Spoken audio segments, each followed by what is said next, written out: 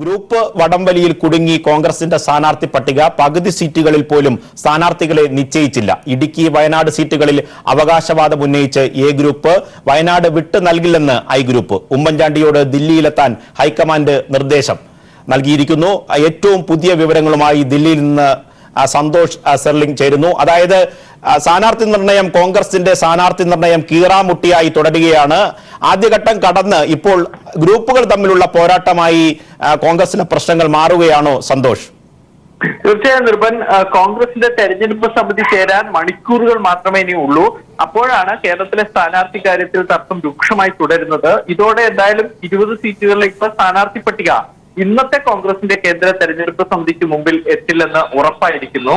ഇടുക്കി, എറണാകുളം, വയനാട് സീറ്റിലാണ് ഇപ്പോൾ തർക്കം രൂക്ഷമായത്. ഐ ഗ്രൂപ്പിന്റെ കൈവശമുള്ള വയനാട് സീറ്റ് ടി സിദ്ദിഖിന് മത്സരിക്കാൻ എ ഗ്രൂപ്പ് ആവശ്യപ്പെടുന്നു. പകരം എ ഗ്രൂപ്പിന്റെ കൈവശമുള്ള ഇടുക്കി ഐ ഗ്രൂപ്പിന് കൈമാറേണ്ടി വരും. എന്നാൽ ഇടുക്കിയിൽ കണ്ടുവച്ചിരിക്കുന്ന ഡീൻ കുര്യാക്കോസ്, ജോസഫ് വഴക്കൻ എന്നീ എ ഗ്രൂപ്പ് വിഭാഗം ഈ നീക്കത്തെ ശക്തമായി എതിർക്കുന്നു. വയനാടും നൽകാനാകില്ലെന്ന് ഐ ഗ്രൂപ്പും ഇപ്പോൾ നിർബന്ധം എടുത്തിരിക്കുകയാണ്. ഐ ഗ്രൂപ്പുകാരനായ KPCC സെക്രട്ടറി അബ്ദുൾ മജീദിനാണ് ഇപ്പോൾ സാധ്യത കൂടുതൽ. ഉമ്മൻചാണ്ടിയെ മത്സരിപ്പിക്കാനുള്ള നീക്കം ഇതിനിടയിൽ ഐ വിഭാഗം വീണ്ടും സജീവമാക്കി. ഉമ്മൻചാണ്ടി മത്സരിച്ചാൽ പത്തനംതിട്ട, ഇടുക്കി, കോട്ടയം സീറ്റുകളിൽ വിജയസാധ്യത കൂടുതലാണെന്നാണ് നേതാക്കൾ ഹൈക്കമാൻഡെ ധരിപ്പിച്ചത്. ഇതുപ്രകാരം ആന്ധ്രയിലുള്ള ഉമ്മൻചാണ്ടിയെ ഹൈക്കമാൻഡ് ഡൽഹിക്ക് വിളിപ്പിച്ചു. ഇന്നലെ വൈകുന്നേരം 4 മണി വരെ ഉമ്മൻചാണ്ടി ചർച്ചയിലുണ്ടായിരുന്നു. അതിനുശേഷമാണ് അദ്ദേഹം ആന്ധ്രയിലേക്ക്, അദ്ദേഹത്തിന്റെ ചുമതലയുള്ള സ്റ്റേറ്റിലേക്ക് പോയത്. ഇന്നലെ രാത്രി വീണ്ടും നടന്ന ചർച്ചയിൽ ഉമ്മൻചാണ്ടിയെ തിരികെ കൊണ്ടുവരണം, സ്ഥാനാർത്ഥിയാക്കണം എന്ന ആവശ്യം ശക്തമായി. അങ്ങനെ ഇന്ന് രാവിലെയോടുകൂടി ഉമ്മൻചാണ്ടിയെ ഹൈക്കമാൻഡ് ദില്ലിക്ക് വിളിപ്പിച്ചിരിക്കുന്നത്. ഇന്ന് രാത്രിയോടുകൂടി ഉമ്മൻചാണ്ടി എത്തും. ഉമ്മൻചാണ്ടി മത്സരിച്ചാൽ വീണ്ടും ലിസ്റ്റിൽ മാറ്റം വരുത്തേണ്ടി വരും. ചാലക്കുടിയിലെ സാധ്യതാ ലിസ്റ്റിലുള്ള ബെന്നി ബെഹനാന് സീറ്റില്ലാതെയാകും. കൂടാതെ മറ്റ് എ വിഭാഗങ്ങളുടെ സീറ്റുകളിലും മാറ്റങ്ങൾ വരുത്തേണ്ടി വരും. ഇതിനിടയിൽ എറണാകുളം സിറ്റിംഗ് എംപിയായ KV തോമസിന് വീണ്ടും അവസരം നൽകാൻ എ ഗ്രൂപ്പിന് താല്പര്യമില്ല. പകരം ഹൈബി ഈഡനാണ് സാധ്യത. ഗ്രൂപ്പുകൾ അതുകൊണ്ട് തന്നെ ഈ KV തോമസിന്റെ കാര്യത്തിൽ ഇപ്പോഴും നേതാക്കളൊന്നും ഒരു ഉറപ്പും പറയുന്നില്ല. മറ്റെല്ലാ സിറ്റിംഗ് എംപിമാർക്കും സീറ്റ് നൽകുമ്പോഴും KV തോമസിന് നൽകുന്ന കാര്യത്തിൽ കേന്ദ്ര നേതൃത്വം തീരുമാനമെടുക്കും എന്നാണ് അറിയിച്ചിരിക്കുന്നത്. ഇപ്പോൾ ഈ ഡൽഹിയിൽ രാഹുൽ ഗാന്ധിയുടെ ബാർറൂമായി അറിയപ്പെടുന്ന ഓഫീസിൽ വെച്ച് രമേശ് ചെന്നിത്തല, മുല്ലപ്പള്ളി രാമചന്ദ്രൻ തുടങ്ങിയവർ കേന്ദ്ര നേതാക്കളുമായി ചർച്ച നടത്തുകയാണ്. മുഗൾ വാസ്നിക്ക്, KC വേണുഗോപാൽ തുടങ്ങിയവരും ഈ ചർച്ചയിൽ സജീവമായി പങ്കെടുക്കുന്നു. ഇന്നൊരു ധാരണയിൽ എത്തിയാൽ മാത്രമേ കേന്ദ്ര തെരഞ്ഞെടുപ്പ് സമിതിക്ക് മുമ്പിൽ കോൺഗ്രസിന് സ്ഥാനാർത്ഥി ലിസ്റ്റ് വെക്കാൻ കഴിയുകയുള്ളൂ. നാളെയോടുകൂടി പ്രഖ്യാപിക്കാനാവും. ഇല്ല എങ്കിൽ ഒരാഴ്ച വീണ്ടും നീളും. സന്തോഷ്, നിലവിലെ സാഹചര്യത്തിൽ ഇന്ന് തന്നെ സ്ഥാനാർത്ഥി ഇക്കാര്യത്തിൽ ഐ ഗ്രൂപ്പുകൾ തമ്മിലൊരു സമവായം ഉണ്ടാക്കി ഇത് പട്ടിക കൈമാറിയാലും വീണ്ടും ഈ ചർച്ചകളിലേക്ക് സ്ഥാനാർത്ഥി നിർണയം നീണ്ടുപോകാനാണ് സാധ്യത. മറ്റൊന്നുകൂടി ഉള്ളത്, നേരത്തെ ഗ്രൂപ്പ് അടിസ്ഥാനത്തിലുള്ള വീതം വയ്പ് ഇപ്രാവശ്യം ഉണ്ടാകില്ല എന്നാണ് കോൺഗ്രസിന്റെ നേതൃത്വത്തിലെ നേതാക്കൾ നേരത്തെ വ്യക്തമാക്കിയിരുന്നത്. അവസാനം കറങ്ങിത്തിരിഞ്ഞ് വീണ്ടും ഗ്രൂപ്പ് അടിസ്ഥാനത്തിലുള്ള സ്ഥാനാർത്ഥി വീതം വയ്പിലേക്ക് കാര്യങ്ങൾ ചെന്നെത്തുകയാണ്. അങ്ങനെയാണെങ്കിൽ വനിതകൾ, യുവാക്കൾ, പുതുമുഖങ്ങൾക്ക് അവസരം തുടങ്ങിയ വാഗ്ദാനങ്ങളൊക്കെ പാടാകാനല്ലേ സാധ്യത സന്തോഷ്? തീർച്ചയായും ഇത് എപ്പോഴൊക്കെ ഗ്രൂപ്പിസം ഇല്ല എന്ന് കോൺഗ്രസ് പറയുമോ അപ്പോഴൊക്കെ ആയിരിക്കാം ഗ്രൂപ്പിസം സജീവമായുള്ളത്. അതാണ് ചരിത്രം. ഇത്തവണ ജയസാധ്യത കൂടുതലാണ് എന്ന് നേതാക്കൾ പറഞ്ഞെങ്കിൽ പോലും അതല്ല സംഭവിച്ചത് ഈ ഇപ്പോൾ ഏറ്റവും അവസാനം എത്തിയിരിക്കുമ്പോൾ ഐ ഗ്രൂപ്പിന് എത്ര, എ ഗ്രൂപ്പിന് എത്ര എന്ന രീതിയിൽ തന്നെയാണ്. പ്രത്യേകിച്ച് ഇപ്പോൾ ഐ ഗ്രൂപ്പിനാണ് പ്രതിപക്ഷ നേതൃസ്ഥാനം. സ്വാഭാവികമായും അതുകൊണ്ട് എ ഗ്രൂപ്പിന് മേൽക്കൈയില്ല എന്നൊരു ചിന്ത എ ഗ്രൂപ്പിനുണ്ട്. സീറ്റുകൾ കൂടുതൽ നേടിയെടുക്കാൻ അവർ ശ്രമിക്കുന്നു. ഉമ്മൻചാണ്ടിയെ MP സ്ഥാനത്തേക്ക് അയച്ച് പിന്നീടുള്ള ഭാവി രാഷ്ട്രീയ ഐ ഗ്രൂപ്പ് ഭദ്രമാക്കാൻ ശ്രമിക്കുന്നു എന്ന് എ ഗ്രൂപ്പ് കരുതുന്നു. അതുകൊണ്ട് എ ഗ്രൂപ്പ് ഒരു തരത്തിലുള്ള വിട്ടുവീഴ്ച ഇപ്പോൾ ചെയ്യുന്നില്ല. ഐ ഗ്രൂപ്പ് ആകട്ടെ അവരുടെ പിടിയിൽ ഐ ഗ്രൂപ്പ് നിൽക്കുന്നു. ഇപ്പൊ ഇടുക്കി, വയനാട് സീറ്റുകളിലാണ് തർക്കം എന്നതെങ്കിൽ പോലും അതല്ല സത്യം. മറ്റു പല സീറ്റുകളിൽ പോലും എ ഗ്രൂപ്പിന്റെ കൈവശമുള്ള സീറ്റുകൾ നേടിയെടുക്കാനുള്ള ശ്രമം ഐ ഗ്രൂപ്പ് നടത്തുന്നുണ്ട്. ഇപ്പോഴത്തെ ഒരു ലിസ്റ്റ് സാധ്യത പരിശോധിക്കുമ്പോൾ എ ഗ്രൂപ്പിനുള്ള എണ്ണം കുറവാണ്. അത് ആ വിഭാഗത്തിന്റെ ഇടയിൽ വലിയ എതിർപ്പ് ഉയർത്തിയിട്ടുണ്ട്. എ ഗ്രൂപ്പ് നേതാക്കൾ ചൂണ്ടിക്കാണിക്കുകയും ചെയ്യുന്നു. ഇതൊക്കെയാണ് സത്യത്തിൽ ഇപ്പോൾ ഈ സീറ്റ് ധാരണ വളരെയേറെ വൈകുന്നത്. സന്തോഷ്, കാര്യങ്ങൾ വ്യക്തമാണ്. അതായത് കോൺഗ്രസിന്റെ സ്ഥാനാർത്ഥി നിർണയം സംബന്ധിച്ചുള്ള മാരത്തോൺ ചർച്ചകൾ ഇന്നും തുടരുന്നു. അതായത് ആദ്യഘട്ടം കടന്ന് ഇപ്പോൾ ഗ്രൂപ്പ് ഗ്രൂപ്പുകൾ തമ്മിലുള്ള വീതം വെപ്പിലേക്ക് കാര്യങ്ങൾ പോകുകയാണ്. അങ്ങനെയാണെങ്കിൽ ഇന്ന് തന്നെ പട്ടിക ഇക്കാര്യത്തിൽ സമവായമുണ്ടായി സമർപ്പിച്ചാലും കാര്യങ്ങൾ വീണ്ടും നീണ്ടുപോകാനാണ് സാധ്യത എന്നാണ് ഏറ്റവും പുതിയ വിവരങ്ങൾ ദില്ലിയിൽ നിന്ന് സന്തോഷ് സെർലിംഗ് നൽകിയത്. മറ്റൊരു വാർത്തയിലേക്ക്, കേരളത്തിലെ സ്ഥാനാർത്ഥികളെ തീരുമാനിക്കാൻ BJP തെരഞ്ഞെടുപ്പ് സമിതി യോഗം ആരംഭിച്ചു. സംസ്ഥാന നേതാക്കൾ കേന്ദ്ര നേതാക്കളുമായി ചർച്ചകൾ നടത്തുകയാണ്. പത്തനംതിട്ട സീറ്റിൽ കെ സുരേന്ദ്രൻ മത്സരിക്കും. PS ശ്രീധരൻപിള്ളയ്ക്ക് സീറ്റ് കിട്ടിയേക്കില്ലെന്നും സൂചനയുണ്ട്. ടോം വടക്കനെ മത്സരിപ്പിക്കേണ്ടെന്ന് കേരള നേതാക്കൾ ആവശ്യപ്പെട്ടു. ഏറ്റവും പുതിയ വിവരങ്ങളുമായി ദില്ലിയിൽ നിന്ന് ശരത്ത് ചേരുകയാണ്. ശരത്ത്, ഇപ്പോൾ ലഭിക്കുന്ന വിവരം അനുസരിച്ച് BJPയുടെ നിലവിലെ സംസ്ഥാന പ്രസിഡന്റ് PS ശ്രീധരൻപിള്ളയ്ക്ക് പത്തനംതിട്ട സീറ്റില്ല. അവസാനം കെ സുരേന്ദ്രനെ പിടിമുറുക്കിയിരിക്കുന്നു. കെ സുരേന്ദ്രൻ RSSന്റെ പിന്തുണ കൂടി ലഭിച്ചു. അങ്ങനെയാണ് സുരേന്ദ്രന് പത്തനംതിട്ട നൽകാൻ പോകുന്നത്. അതായത് മുരളീധര വിഭാഗത്തിന്റെ ആവശ്യം അംഗീകരിക്കപ്പെട്ടിരിക്കുന്നു എന്നതിന്റെ സൂചന കൂടിയാണോ ശരത്? നൃപൻ, തെരഞ്ഞെടുപ്പ് പ്രഖ്യാപിക്കപ്പെട്ട് ഒരാഴ്ച കഴിഞ്ഞിട്ടും BJPയുടെ സ്ഥാനാർത്ഥി പട്ടികയുടെ കാര്യത്തിൽ തിരുവനന്തപുരം ഒഴികെയുള്ള മറ്റെല്ലാ മണ്ഡലങ്ങളിലും അവ്യക്തത തുടരുന്ന സാഹചര്യത്തിലാണ് ഇപ്പോൾ തെരഞ്ഞെടുപ്പ് സമിതി യോഗം അല്പസമയത്തിനകം ആരംഭിച്ചത്. നേരത്തെ BJPയെ സംബന്ധിച്ചിടത്തോളം ഏറ്റവും പ്രധാനമായും പ്രതീക്ഷ വെച്ചിട്ടുണ്ടായിരുന്ന മണ്ഡലങ്ങൾ തൃശൂർ, അതുപോലെ തന്നെ പത്തനംതിട്ട, തിരുവനന്തപുരം മണ്ഡലങ്ങളാണ്. ഈ 3 സീറ്റുകളിൽ തിരുവനന്തപുരത്ത് കുമ്മനം രാജശേഖരൻ മത്സരിക്കുമെന്നുള്ളത് വ്യക്തമാക്കിയിട്ടുണ്ട്. മറ്റൊന്ന് പത്തനംതിട്ട മണ്ഡലമായിരുന്നു. പത്തനംതിട്ട മണ്ഡലത്തിൽ ശ്രീധരൻപിള്ള, കുമ്മനം രാജശേഖരൻ തിരുവനന്തപുരത്ത് മത്സരിക്കുമെന്ന് ഉറപ്പായതോടുകൂടി PS ശ്രീധരൻപിള്ളയും അതുപോലെ തന്നെ സംസ്ഥാന ജനറൽ സെക്രട്ടറി കെ സുരേന്ദ്രനും ഒരുപോലെ മത്സരിക്കാനുള്ള അവകാശവാദം പത്തനംതിട്ട സീറ്റിന്റെ കാര്യത്തിൽ ഉന്നയിച്ചിരുന്നു. എന്നാൽ V മുരളീധരൻ ശ്രീധരൻപിള്ളയെ മത്സരിപ്പിക്കരുത് എന്നുള്ള നിലപാട് V മുരളീധര പക്ഷം ശക്തമായി എടുത്തതോടുകൂടി മത്സരിക്കാൻ സീറ്റ് കിട്ടിയേക്കില്ല എന്ന് ശ്രീധരൻപിള്ളയ്ക്ക് മനസ്സിലായിരുന്നു. ഇതിനെ തുടർന്ന് ഇപ്പോൾ മത്സരിക്കാൻ താൻ ഇല്ല എന്നുള്ള ഒരു നിലപാടിലേക്ക്, സംസ്ഥാനത്തെ ഒരു ലോക്സഭാ സീറ്റിലും മത്സരിക്കാൻ താൻ ഇല്ല എന്നുള്ള നിലപാടിലേക്ക് പൂർണ്ണമായും ശ്രീധരൻപിള്ള മാറുന്നു എന്ന് തന്നെയാണ് മനസ്സിലാക്കേണ്ടത്. അതോടൊപ്പം തന്നെ MP രമേശും പത്തനംതിട്ട സീറ്റ് ലഭിക്കണമെന്നുള്ള ഒരു ആവശ്യം ഉന്നയിച്ചിരുന്നു. പത്തനംതിട്ട സീറ്റ് കിട്ടിയില്ലെങ്കിൽ മത്സരിക്കാനേ ഇല്ല എന്നുള്ള ഒരു നിലപാടാണ് MP രമേശും സ്വീകരിച്ചിട്ടുണ്ടായിരുന്നത്. ഈ രീതിയിൽ തർക്കം തുടരുന്നതിനിടെയാണ് V മുരളീധരന്റെ വലിയ പിന്തുണ, V മുരളീധര പക്ഷത്തിന്റെയും RSSന്റെയും വലിയ പിന്തുണ ലഭിച്ചതിന്റെ ഭാഗമായി കെ സുരേന്ദ്രൻ ഈ പത്തനംതിട്ട സീറ്റിൽ മത്സരിക്കാനുള്ള തീരുമാനത്തിലേക്ക് ഇപ്പോൾ എത്തിയിരിക്കുന്നത്. അതേസമയം തന്നെ അതിലും ഒരു പ്രതിസന്ധി ഉള്ളത് BJPയെ സംബന്ധിച്ചിടത്തോളം തൃശൂർ സീറ്റ് നിലവിൽ BDJS-നാണ് നൽകിയിരിക്കുന്നത്. BDJS അധ്യക്ഷൻ തുഷാർ വെള്ളാപ്പള്ളി അവിടെ മത്സരിക്കുന്നില്ല എങ്കിൽ അവിടെ കെ സുരേന്ദ്രനെ ഒന്നാം സ്ഥാനാർത്ഥിയായി പരിഗണിച്ചുകൊണ്ട് തൃശൂർ സീറ്റ് BJPക്ക് ഏറ്റെടുക്കേണ്ടി വരും. അങ്ങനെ ഒരു സാഹചര്യം ഉണ്ടാവുകയാണ് എങ്കിൽ ഈ ഒരു സ്ഥാനാർത്ഥി പട്ടികയിലും വലിയ മാറ്റങ്ങൾ ഉണ്ടാകും. തൃശൂരിലേക്ക് കെ സുരേന്ദ്രൻ മാറും. അപ്പോൾ പത്തനംതിട്ട ആര് മത്സരിക്കേണ്ടി വരും എന്നുള്ളതിനെ കുറിച്ചുള്ള ചർച്ചകളിലേക്ക് കാര്യങ്ങൾ നീങ്ങേണ്ടി വരും. ഇതാണ് നിലവിൽ BJPയെ സംബന്ധിച്ചിടത്തോളം ഏറ്റവും പ്രതീക്ഷ വെക്കുന്ന മണ്ഡലങ്ങളിലെ തന്നെയുള്ള പ്രതിസന്ധിയുടെ ഒരു ആഴം. ഏതായാലും നിലവിൽ ഇടതുമുന്നണി സ്ഥാനാർത്ഥി പട്ടിക പ്രഖ്യാപിച്ചുകൊണ്ട് വലിയ പ്രചരണത്തിൽ മുന്നോട്ട് പോകുന്ന സാഹചര്യം. കോൺഗ്രസ് ആകട്ടെ ഇന്ന് രാത്രിയോടുകൂടി സ്ഥാനാർത്ഥി പട്ടിക പ്രസിദ്ധീകരിക്കാനുള്ള തത്രപ്പാടിലുമാണ്. ഈ ഒരു പശ്ചാത്തലത്തിൽ ഇനി സ്ഥാനാർത്ഥി പട്ടിക വൈകുന്നത് പ്രചരണത്തെ ബാധിക്കുമെന്നുള്ള ഒരു തിരിച്ചറിവ് BJPയെ സംബന്ധിച്ചിടത്തോളം ഉണ്ട്. അതുകൊണ്ട് തന്നെ ആദ്യഘട്ടം ലോക്സഭാ തെരഞ്ഞെടുപ്പ് നടക്കുന്ന 91 സീറ്റുകൾക്കൊപ്പം തന്നെ കേരളത്തിലെ സ്ഥാനാർത്ഥി പട്ടികയും പ്രസിദ്ധീകരിക്കണമെന്നുള്ള ആവശ്യം സംസ്ഥാന നേതാക്കന്മാർ ഏതായാലും കേന്ദ്ര നേതൃത്വത്തെ അറിയിക്കും. ഇപ്പോൾ കുമ്മനം രാജശേഖരനും PS ശ്രീധരൻപിള്ളയും ഉൾപ്പെടെയുള്ള നേതാക്കൾ അമിത്ഷാ ഉൾപ്പെടെയുള്ള വിവിധ കേന്ദ്ര നേതാക്കന്മാരുമായി ഒക്കെ തന്നെ ചർച്ചകൾ ആരംഭിച്ചിട്ടുണ്ട്. ഔപചാരികമായ തെരഞ്ഞെടുപ്പ് സമിതി യോഗം വൈകുന്നേരത്തോടു കൂടി ആരംഭിക്കൂ. എങ്കിലും സ്ഥാനാർത്ഥി നിർണയവുമായി ബന്ധപ്പെട്ട ചർച്ചകൾ ഇപ്പോൾ തന്നെ ആരംഭിച്ചിട്ടുണ്ട്.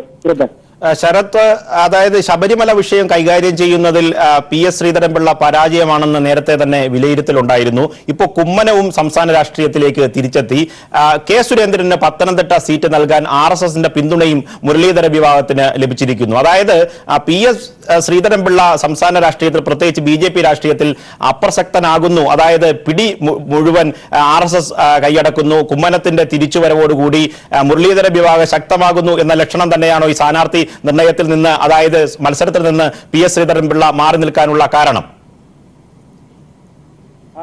നേരത്തെ കുമ്മനം രാജശേഖരൻ സജീവ രാഷ്ട്രീയ പ്രവർത്തനത്തിലേക്ക് വരില്ല എങ്കിൽ ആ തിരുവനന്തപുരം ലോക്സഭാ തെരഞ്ഞെടുപ്പിൽ ലോക്സഭാ സീറ്റിൽ PS ശ്രീധരൻപിള്ളയ്ക്ക് മത്സരിക്കാനുള്ള താല്പര്യമുണ്ടായിരുന്നു. ഇത് പല ഘട്ടങ്ങളിലും അദ്ദേഹം വ്യക്തമാക്കുകയും ചെയ്തിരുന്നു. എന്നാൽ BJP സംസ്ഥാന നേതാക്കന്മാരെ സംബന്ധിച്ചിടത്തോളവും അതുപോലെ തന്നെ RSSന്റെ സംസ്ഥാന നേതാക്കന്മാരെ സംബന്ധിച്ചിടത്തോളവും PS ശ്രീധരൻപിള്ള ശബരിമല വിഷയവുമായി ബന്ധപ്പെട്ട് BJPയുടെ സമരങ്ങൾ കൈകാര്യം ചെയ്തത് പൂർണ്ണമായ പരാജയമാണ് എന്നുള്ള വിലയിരുത്തലാണ് ഉണ്ടായത്. ശബരിമല വിഷയം സുവർണാവസരമാണ് എന്നുൾപ്പെടെയുള്ള പ്രസ്താവനകൾ നടത്തിക്കൊണ്ട് PS ശ്രീധരൻപിള്ള ബിജെപിയുടെ യഥാർത്ഥ രാഷ്ട്രീയ മുതലെടുപ്പിന്റെ വശങ്ങൾ ബിജെപിയുടെ സംസ്ഥാന അധ്യക്ഷന്റെ ഭാഗത്തു നിന്ന് തന്നെ പുറത്തു വരുന്ന സാഹചര്യവും ഒക്കെ തന്നെ ഉണ്ടായിരുന്നു.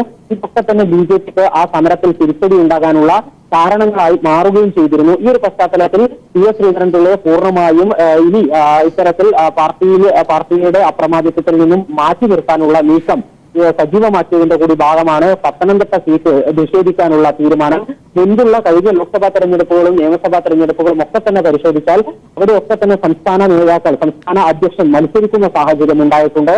എന്നാൽ ഇപ്പോൾ അദ്ദേഹം പറയുന്നതാകട്ടെ സംസ്ഥാന അധ്യക്ഷൻ മത്സരിക്കുന്നതിൽ ചില പ്രശ്നങ്ങളുണ്ട് എന്നുള്ളത് പറഞ്ഞാണ് അദ്ദേഹം പിന്മാറുന്നു എന്ന് പറയുന്നത്. എന്നാൽ ഇതിന്റെ പിന്നിലുള്ള യഥാർത്ഥ കാരണം എന്ന് പറയുന്നത് നേരത്തെ സൂചിപ്പിച്ചതുപോലെ തന്നെ പത്തനംതിട്ട സീറ്റ് ശ്രീധരൻപിള്ളയ്ക്ക് നൽകേണ്ടതില്ല എന്ന് സംസ്ഥാന നേതാക്കന്മാരും RSSും ഒരുപോലെ നിലപാടെടുത്തിട്ടുണ്ട്. അതിന്റെ ഭാഗമായി തന്നെയാണ് ഇത്തരമൊരു നീക്കത്തിലേക്ക് സംസ്ഥാന രാഷ്ട്രീയത്തിൽ നിന്നും പൂർണ്ണമായും ശ്രീധരൻപിള്ളയെ മാറ്റുക എന്നുള്ള അല്ലെങ്കിൽ അപ്രസക്തനാക്കുക എന്നുള്ള ലക്ഷ്യം വെച്ചുകൊണ്ടുള്ള ഇപ്പോഴുള്ള നീക്കം ഉണ്ടായിരിക്കുന്നത്. ശരത്, വിവരങ്ങൾ വ്യക്തമാണ്. അതായത് BJP സ്ഥാനാർത്ഥി നിർണയ യോഗത്തെ സംബന്ധിച്ചിട്ടുള്ള വിശദാംശങ്ങളാണ് ശരത് നൽകിയത്. അതായത് ഇപ്പോൾ കേൾക്കുന്നത് നിലവിലെ BJP സംസ്ഥാന പ്രസിഡന്റ് PS ശ്രീധരൻപിള്ളയ്ക്ക് സീറ്റില്ല എന്ന് തന്നെയാണ്. PS ശ്രീധരൻപിള്ള ആവശ്യപ്പെട്ടിരുന്ന പത്തനംതിട്ട സീറ്റ് RSS പിടിമുറുക്കി മുരളീധര വിഭാഗത്തിന്റെ പ്രമുഖനായ നേതാവ് K സുരേന്ദ്രൻ നൽകാൻ തീരുമാനിച്ചേക്കും എന്ന വിവരങ്ങളാണ് ദില്ലിയിൽ നിന്ന് ശരത് നൽകിയത്. മറ്റൊരു വാർത്തയിലേക്ക്.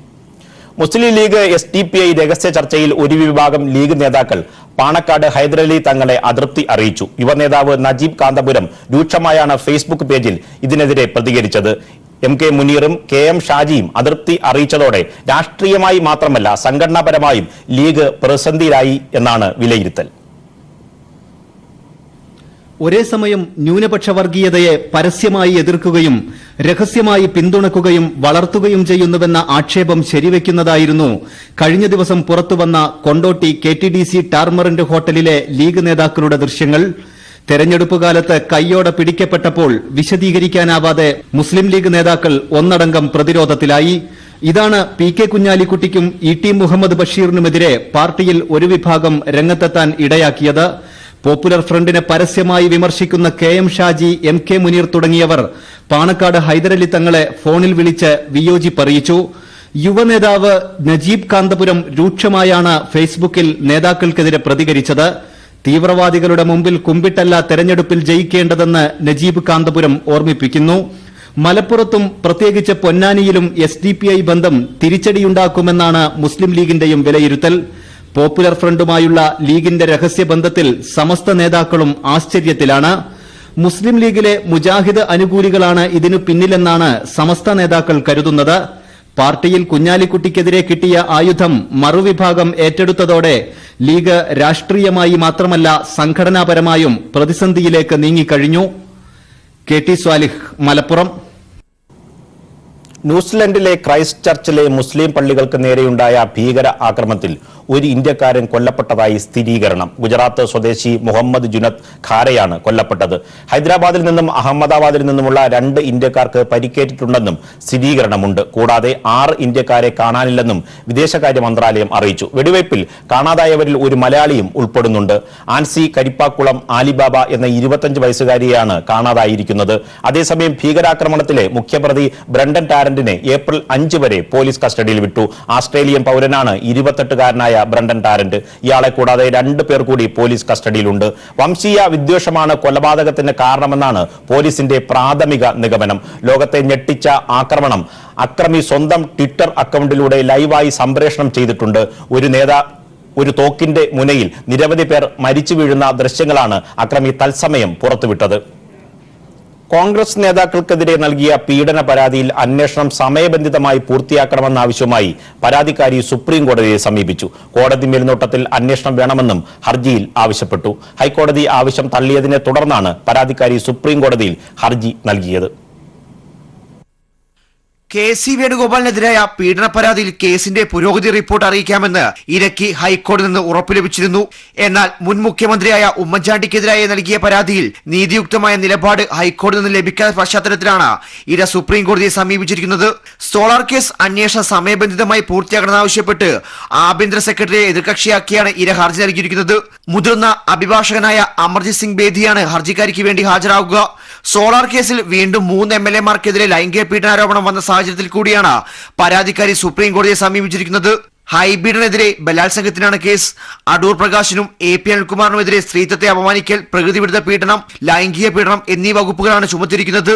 സോളാർ വ്യവസായം തുടങ്ങാൻ സഹായിക്കാമെന്ന് വാഗ്ദാനം ചെയ്ത് ശാരീരികമായി ഉപദ്രവിച്ചുവെന്ന സ്ത്രീയുടെ പരാതിയിലാണ് കേസ്. വിവിധ പാർലമെന്റ് മണ്ഡലങ്ങളിൽ പരിഗണിക്കുന്ന MLA-മാർക്കെതിരെ സ്ത്രീ പീഡനത്തിന് കേസെടുത്തത് കോൺഗ്രസിന് വലിയ തലവേദനയായിട്ടുണ്ട്. അതോടൊപ്പമാണ് കേസ് സുപ്രീം കോടതി എത്തിയിരിക്കുന്നത്. പുറമെ സ്ഥാനാർത്ഥികൾ സ്വന്തം പേരിലുള്ള കേസുകൾ മാധ്യമങ്ങൾ വഴി പ്രസിദ്ധപ്പെടുത്തണമെന്ന തെരഞ്ഞെടുപ്പ് കമ്മീഷന്റെ നിർദ്ദേശവും കോൺഗ്രസിനെ പ്രതിസന്ധിയിലാക്കിയിട്ടുണ്ട്. News bureau, Delhi.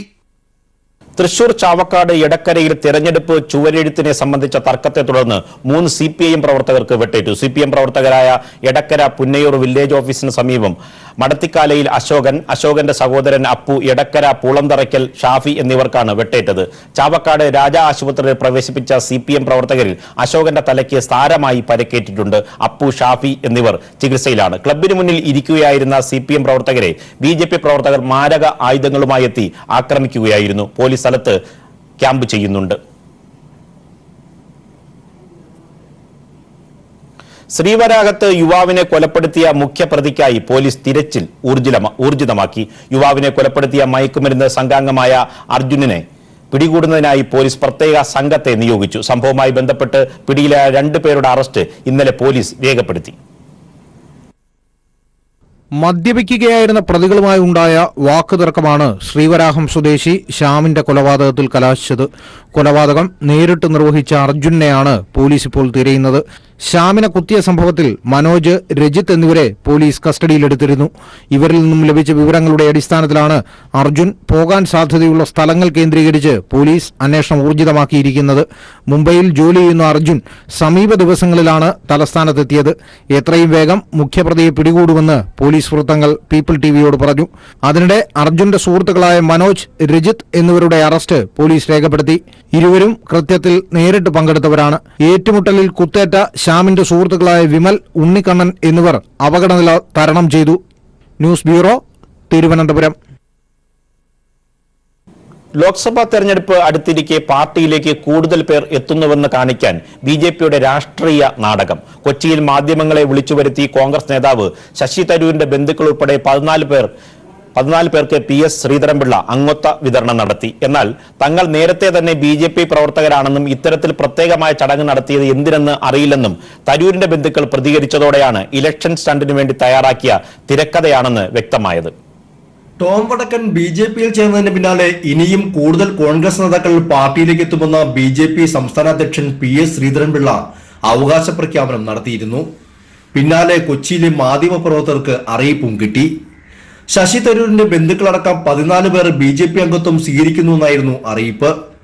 പറഞ്ഞതുപോലെ തന്നെ ശശി തരൂരിന്റെ ചെറിയച്ഛൻ ശശികുമാർ, ചെറിയമ്മ ശോഭന ശശികുമാർ അടക്കം 14 പേർ സംസ്ഥാന അധ്യക്ഷനിൽ നിന്നും അംഗത്വവും സ്വീകരിച്ചു. ഇനിയാണ് യഥാർത്ഥ നാടകത്തിന്റെ ചുരുളഴിയുന്നത്. അംഗത്വം വാങ്ങിയവർ ഫോട്ടോ സെഷനായി സഹകരിക്കാൻ തയ്യാറാകാതെ എളുപ്പം വേദി വിടാനുള്ള തിരക്ക് കൂട്ടി. സംശയം തോന്നിയ മാധ്യമപ്രവർത്തകർ തരൂരിന്റെ ബന്ധുക്കളോട് കാര്യം ചോദിച്ചപ്പോഴാണ് BJP നേതാക്കൾ നേരത്തെ തയ്യാറാക്കിയ തിരക്കഥയിൽ അറിയാതെ എത്തിയ അഭിനേതാക്കളാണ് തങ്ങളെന്ന് അവർ അറിഞ്ഞത്. തങ്ങൾ നേരത്തെ തന്നെ BJP പ്രവർത്തകരാണെന്നും ഇത്തരത്തിൽ പ്രത്യേക ചടങ്ങ് നടത്തിയത് എന്തിനെന്ന് അറിയില്ലെന്നുമായിരുന്നു അവരുടെ പ്രതികരണം. കർമ്മസമിതി അംഗമായ പത്മജിയാണ് ഈ നാടകവേദിയിൽ എത്തിച്ചതെന്നും അവർ വെളിപ്പെടുത്തി. അല്ല, ഞങ്ങൾ എപ്പോഴും BJP തന്നെ, എപ്പോഴും BJP തന്നെ. എന്തിനും ഇവർ അതൊക്കെ ചോദിക്കുന്നത്? പത്മജി വിളിച്ചോണ്ട് വന്നതാ. അങ്ങനെ ആദ്യം മുതലേ പ്രവർത്തിക്കുന്നവരാണെങ്കിൽ എന്തിനാണ് ഇങ്ങനെ ഒരു പരിപാടിയുടെ ആവശ്യം ഉണ്ടായിരുന്നത്? അത് പത്മജിയോട് ചോദിക്കാം, എനിക്കറിയില്ല. പത്മജിയോട് ചോദിക്കൂ, ഞാനല്ലല്ലോ ഇതിന്റെ ആള്. BJP ഇലക്ഷൻ വർക്കിന് പോയത് പത്മജിയൊപ്പം. പത്മജ നിന്നപ്പോ എത്ര വർഷമായി പ്ലേസ്മെന്റ് ആയിരിക്കും. നുണക്കഥകൾ പ്രചരിപ്പിക്കുന്നതിൽ യാതൊരു മടിയുമില്ലാത്ത പാർട്ടിയാണ് BJP എന്ന് ഈ അടുത്ത കാലത്ത് പലതവണ തെളിയിച്ചിട്ടുണ്ട്. ശ്രീധരൻപിള്ളയ്ക്ക് മുന്നിൽ പലപ്പോഴും ട്രോളർമാർ പോലും തലകുനിച്ചു. എന്തായാലും കൊട്ടിഘോഷിച്ച് നടത്തിയ അംഗത്വ വിതരണ നാടകവും പതിവ് പോലെ തിരശ്ശീല താഴും മുമ്പേ പൊളിയുകയും ചെയ്തു. News bureau, Kochi. Pathanamthitta parliament മണ്ഡലത്തിലെ ഇടതുപക്ഷ ജനാധിപത്യ മുന്നണി സ്ഥാനാർത്ഥി വീണ ജോർജിന്റെ അസംബ്ലി മണ്ഡലം കൺവെൻഷനുകൾ ആരംഭിച്ചു. തിരുവല്ലയിൽ നടന്ന കൺവെൻഷൻ മുൻ ജലവിഭവ വകുപ്പ് മന്ത്രി മാത്യു ടി തോമസ് ഉദ്ഘാടനം ചെയ്തു. ഇടത് ജനാധിപത്യ മുന്നണിയുടെ ആദ്യഘട്ട തെരഞ്ഞെടുപ്പ് കൺവെൻഷനുകൾ പൂർത്തിയായതോടെ അസംബ്ലി മണ്ഡല കൺവെൻഷനുകൾ ആരംഭിച്ചു. പത്തനംതിട്ട പാർലമെന്റ് മണ്ഡലത്തിലെ ഇടതുമുന്നണി സ്ഥാനാർത്ഥി വീണ ജോർജിന്റെ തിരുവല്ല മണ്ഡലം കൺവെൻഷൻ മുൻ ജലവകുപ്പ് മന്ത്രി മാത്യു ടി തോമസ് ആണ് ഉദ്ഘാടനം ചെയ്തത്. വൻ ജനസഞ്ചയമാണ് കൺവെൻഷനിൽ പങ്കെടുക്കാനായി എത്തിച്ചേർന്നത്. പത്തനംതിട്ട ജില്ലയിലെ 5 അസംബ്ലി മണ്ഡലങ്ങളും കോട്ടയം ജില്ലയിലെ പൂഞ്ഞാർ, കാഞ്ഞിരപ്പള്ളി മേഖലകളിൽ കൂടി ചേർന്നതാണ് പത്തനംതിട്ട പാർലമെന്റ് മണ്ഡലം. ഈ മണ്ഡലത്തിൽ കഴിഞ്ഞ 10 വർഷമായി യാതൊരുവിധ വികസന പ്രവർത്തനങ്ങളും മുൻ MP നടത്തിയിട്ടില്ല എന്ന് വീണ ജോർജ് പറഞ്ഞു. ഈ പാർലമെന്റ് മണ്ഡലത്തിൽ കഴിഞ്ഞ 10 വർഷക്കാലം നമുക്ക് ഏതെങ്കിലും ദേശീയപാതകൾ കിട്ടിയതായി അറിയുമോ? അറിയില്ല. കാരണം ഒട്ടേറെ സാധ്യതകളുള്ള ഈ മണ്ഡലത്തിൽ ഒരു ദേശീയപാത പോലും പുതിയതായി കൊണ്ടുവരുവാൻ ഈ 10 വർഷ കാലയളവിനുള്ളിൽ കഴിഞ്ഞിട്ടില്ല എന്നുള്ളതാണ് യാഥാർത്ഥ്യം. കൺവെൻഷനിൽ വിവിധ ഇടതുപക്ഷ ജനാധിപത്യ മുന്നണികളുടെ നേതാക്കളും പങ്കെടുത്തു. News bureau, Pathanamthitta. മലയാളത്തിലെ ഹാസ്യ സാമ്രാട്ട് ജഗതിയെ കാണാൻ ആറ്റിങ്ങിലെ LDF സ്ഥാനാർത്ഥി A സമ്പത്ത് എത്തി. പേയാടുള്ള വസതിയിലെത്തിയാണ് ജഗതിയുടെ അനുഗ്രഹം സ്ഥാനാർത്ഥി തേടിയത്. മലയാളത്തിന്റെ പ്രിയതാരം ജഗതി ശ്രീകുമാറിനെ കാണാൻ സമ്പത്ത് എത്തിയത് ഭാര്യാസമേതനായിട്ടാണ്. കാട്ടാക്കട MLA IB സതീഷിനും പാർട്ടി പ്രവർത്തകർക്കും ഒപ്പമെത്തിയ സ്ഥാനാർത്ഥിയെ വീട്ടുകാർ ഹൃദ്യമായ വരവേൽപ്പ് നൽകി സ്വീകരിച്ചു. താൻ തിരഞ്ഞെടുപ്പിൽ വീണ്ടും ജനവിധി തേടുകയാണെന്ന് സമ്പത്ത് ജഗതിയോട് സൂചിപ്പിച്ചപ്പോൾ ഹൃദ്യമായ ഒരു ചിരി കൊണ്ട് ജഗതി മറുപടി നൽകി. ആരോഗ്യ വിവരങ്ങൾ തിരക്കിയറിഞ്ഞ സമ്പത്ത് വികാരാധീനനായിട്ടാണ് പിന്നീട് മറുപടി നൽകിയത്. Sometimes the silence is much stronger than the noise and the voice. അദ്ദേഹം എത്രയും പെട്ടെന്ന് തിരിച്ചു വരണം എന്നുള്ളൊരു പ്രതീക്ഷയാണല്ലോ എല്ലാവർക്കും ഉള്ളത്. നമുക്കെല്ലാവർക്കും കാരണം